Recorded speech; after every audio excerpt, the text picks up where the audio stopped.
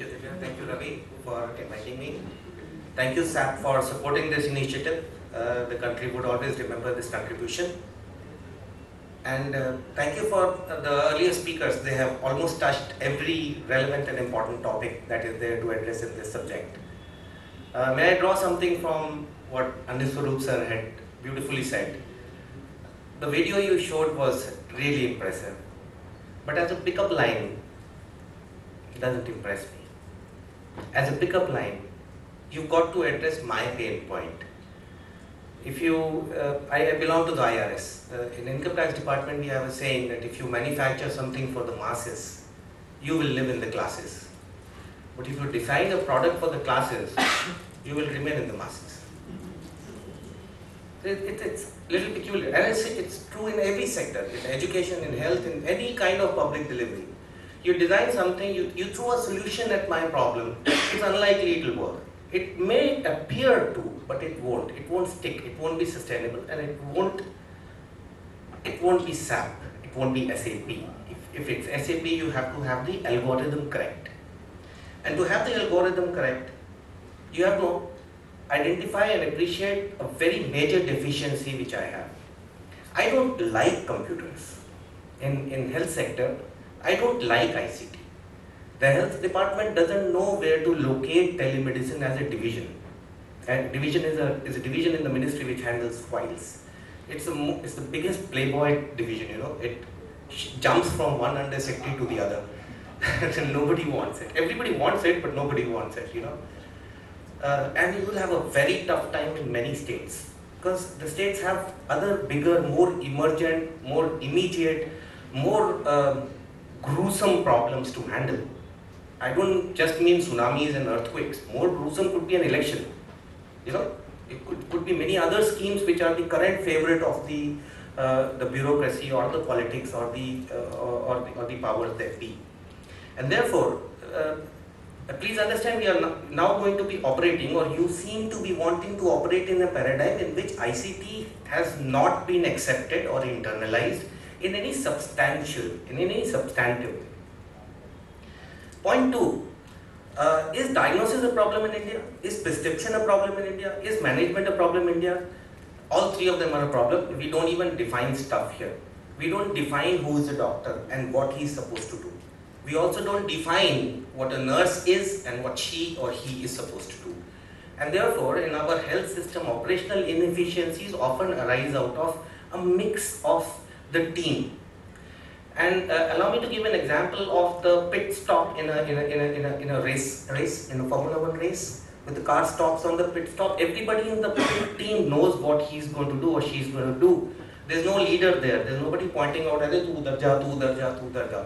But in health system, everybody seems to be advising everybody else ki aap udhar jaiye. We are not a pit stop team. We don't create pit stops team in the health system. And remember, health is no longer about the doctor treating somebody. It's a team that works. Very often, the ward boy's role in the patient's experience in a healthcare scenario may be more important than the doctor's engagement, which may be only a very small percentage. Understand that a pit stop doesn't arise automatically.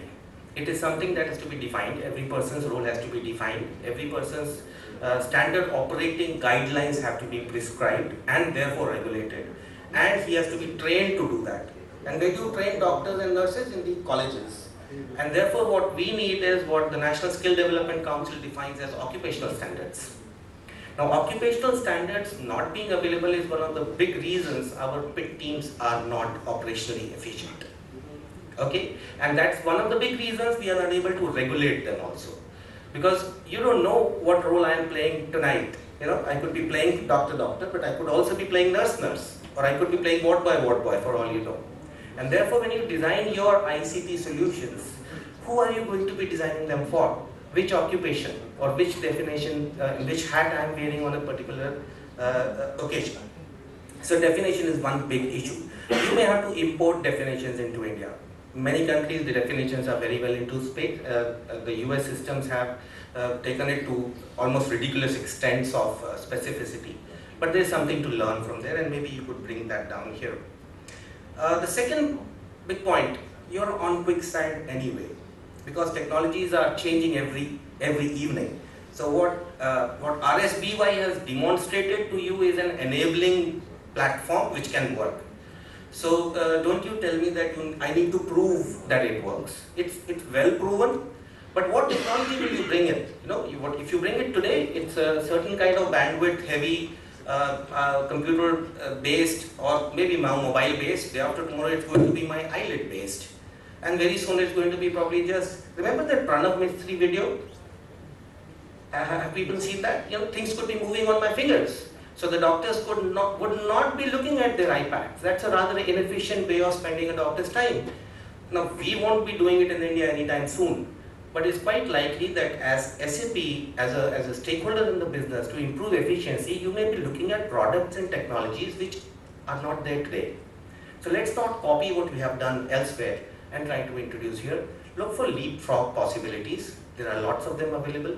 SAP has already used leapfrog technology in many occasions. Do the same here also. One of the important learnings that I had the good fortune of working for the National Rural Health Mission for some time. And remember, it wasn't about rural health delivery. It was not an architecture about of health delivery to rural areas. In the original cabinet note, the word used was health sector reform agenda. Okay, health sector reform agenda. Nobody said it's going to be for only rural areas and only primary health centers and sub-centers. The whole idea somehow strayed into rural health, because when we talk of inclusive growth, we often end up talking about poor people's growth. We don't talk about the middle income growth or the higher income people's growth. And therefore, and we don't talk about urban area or the tier 2, tier 3 city, which sir you very rightly pointed out. So what happened was that somehow the discourse took the shape of rural health mission, whereas it actually was intended to be a reform agenda. Now when you reform stuff, you do newer things. And when you do new things in government, what do you get? Audit objections. Okay, you get audit objections and you get all kind of mistakes, and all kind of people get up and all kind of press reports say that what you do is wrong. And therefore you take 2 steps back. So all reform agendas in public systems are going to be 3 steps forward, 2 steps backward. And SAP has to somehow design a system where it will be able to fit in the technology as we move ahead and as we move backward, because that's how we are going to move. That's how we are going to move in this democracy. The last point, what you've got to look for are disruptive solutions. Our EMR cannot look like a US EMR. Our scales are different. Our Aadhaar cannot look like a census or a social security number in a Western hemisphere country. We don't work like that. Our scales are different. Our possibilities are different. I don't think we are going to be able to include, or we even need to include, all data relating to a patient onto a given iPod to arrive at a health relevant decision. Maybe the relevance will give rise to the format rather than the format leading to some sort of a relevance. So whatever ICT tools or paradigms are being designed to improve operational efficiencies, disrupt what is being done, how it is being done. We don't need to do it in the way it is done in other countries. Maybe you've got to design something completely afresh, a priori, from ground zero up. It might be very useful because you may invent something for every 6th human being on the planet. And for all you know, we may be every 5th human being on the planet, because whatsoever has happened in the laparoscopic sterilizations in the country, we are growing very rapidly. And our skill, not only are our numbers rising, but our economic strength is rising. Now as economic strength rises, the liability of the service sector to provide good health services and logical health services becomes all the more important. If we have a bunch of illiterate, unhealthy Indians in large numbers, the planet can kiss itself goodbye. So to have India growing at the rate at which it is growing, it is extremely necessary for us to redefine dedicated modules for a country like India and not produce maybe carbon copies or photocopies of what we have done in the Western countries.